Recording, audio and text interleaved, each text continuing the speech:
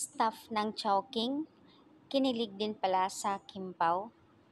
Makikita sa photos guys na habang hawak ni Kimi ang pisngi ni Paulo nakangiti at yung mga staff naman ng Chowking nasa likod, panay ko na sa kanila ng picture at nakangiti pa. Grabe ang impact talaga ng Kimpaw. Iba ang epekto nitong dalawa. Grabe. Yung mga customer na patingin sa kanila, naiyak at the same time kinikilig habang kumakain ng halo-halo chow fan. The best talaga ang Kimpaw. And sa totoo lang kasi si Kimi, napaka-bubbly ni Kimi.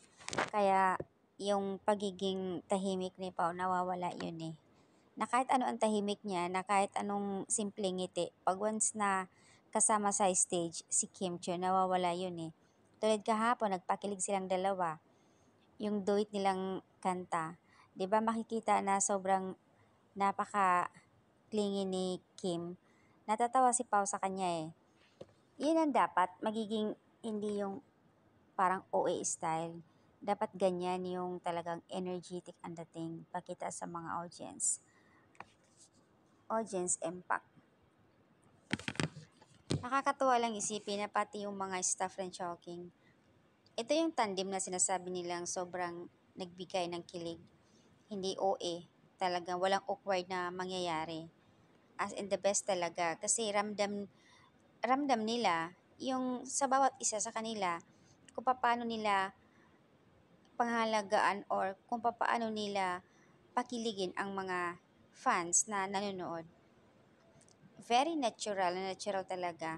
Walang kahalong ka-eme-eme yung sinasabi nila. Kaya sobrang daming mga fans ngayon ng Kim Pao. Dito natin masusubok, malalaman natin sa movie nila kung talagang marami pang. Sa live cup, ang daming nanonood. Ibang bansa, may Dubai, may US, may watching from Qatar, Dubai. May mga ganun pa sila eh. Nakakatuwa. At doon sa post ng Chowking ha, binilugan nila yung views and nanonood. As in nakabilog doon sa Chowking talaga mismo. Kulang-kulang 10,000 and then ang views nila is 250. Imagine, proud ang Chowking sa kanila. Hindi nga nagsisisi talaga ang Chowking kung bakit ang Kimpaw ang kinuha sa sobrang daming fans. Hatak ang views. So, ayan. Our Kimpaw hearts, happy and stress-free. Today, Saturday, ano kaya ang ganap ng Kimpaw? Baka mamaya nasa TV or nasa showtime. So, ayan ang update guys.